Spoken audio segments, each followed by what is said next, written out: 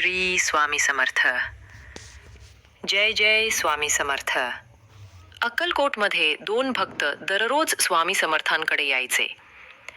एक स्वामींचं नाव घेत अभिषेक करायचा, फुलं अर्पण करायचा. दुसरा शांत बसून फक्त स्वामींकडे पाहायचा. एक दिवस पहिला भक्त अभिमानाने म्हणाला, स्वामी, मी रोज पूजा करतो, फुलं अर्पण करतो, पण हा काहीच करत नाही. स्वामी समर्थ मंद हसले आणि म्हणाले, तो काही करत नाही असं तुला वाटतं, पण तो माझ्यात हरवतो आणि तू अजून स्वतःलाच पाहतोस.